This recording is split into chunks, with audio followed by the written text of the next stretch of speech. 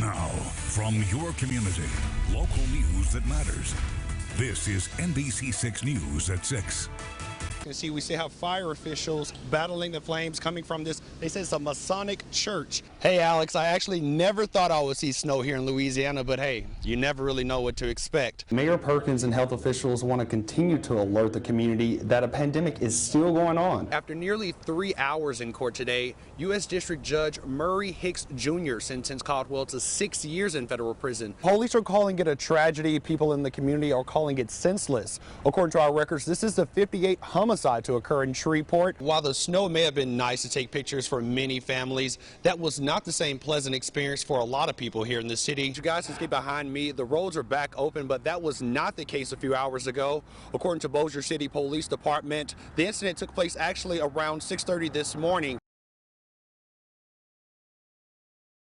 People will tell you that, time heals all, but I don't really believe that. In September of 2018, Alyssa Kidd would have never thought her worst nightmare would come to life. Her husband, Joshua Kidd, was fatally shot outside of their home during a botched car burglary. His killer's 19-year-old Darran Crosby was sentenced to life in prison, and her accomplice, 17-year-old Alonzo Wilson, serving 50 years without the possibility of parole. I feel like I can finally talk or finally take a breath and just share with everyone, who Josh was. I've never met somebody so motivated.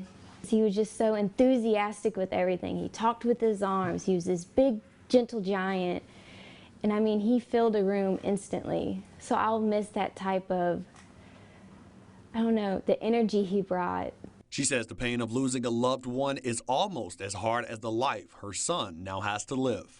There's days where it'll hit you like a wave. And there's days where you can smile and appreciate the time you did have. But when it comes to my son, it's just hard to watch him grow up without a father. He'll say his dad is in heaven. And, every night before bed, we say, let's tell Dad we love you. We'll sit there and we'll talk to Josh. And, he loves that. She shares with us the last moments she saw her husband alive. See Josh. And I see him grab his chest. Whew. And I see him look at me. And I see him fall. First thing that went through my mind was, oh my God, Beckham. And I know that's the first thing that went through his mind because that boy was everything to him. We asked if she think justice was served during Tuesday's sentencing. I've hated these kids for so long, so much hatred, that I didn't think it was possible for me to even connect with them as a human. But when I saw them in person, and especially at sentencing, the other day, it's like I finally saw her as a human. All I can hope for is that with what they have done, that somehow they can become an advocate in jail or talk to kids so they don't have to grow up in this type of atmosphere. Just try to be the change that this city needs. Now, Kidd says that she's planning to relocate out of state with her son to be with family. All this stuff, it's been going on. 4 junior football players at Evangel Christian Academy were expelled Wednesday morning after allegations of bullying during a weekend trip to Baton Rouge on the Thanksgiving weekend. The parents say that they were shocked by the news. We need some answers. We don't even know why our kids are getting expelled. You called us over the phone instead of calling us in to tell us, hey, these accusations have been made. We need to figure out what's happening. Who investigated? Why weren't we involved? Why weren't we informed? Well, the coach and whoever else the other person were, they did the investigation, and the investigation is final. We've come up with our final decision. According to the players, this is what they recall happening that night. We got a noise complaint from in their room, but it wasn't our room. We went over there, and I knocked on the door, and they didn't want to answer. It was way more people than it was supposed to be. It was late at night, and in the background, it was a dude telling somebody else to get on his knees, open his mouth.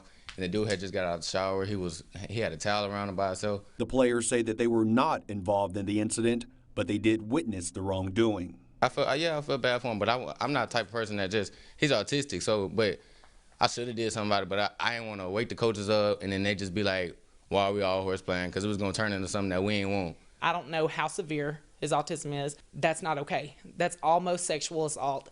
I feel like the 4 young men that got expelled may have saved him.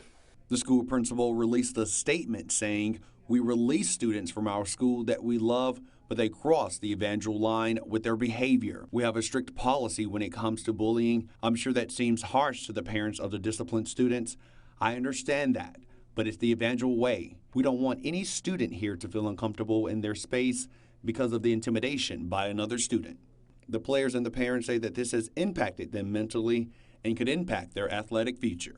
Stress and stuff, because, like, that was a good school, and I liked the school, and I had good grades. I was just now, like, bettering myself, stuff like that. I mean, it is what it is. I can't change it, but I feel like it could have been a certain way to do it. No, I'm trying to figure out, what school he's going to or what's going on.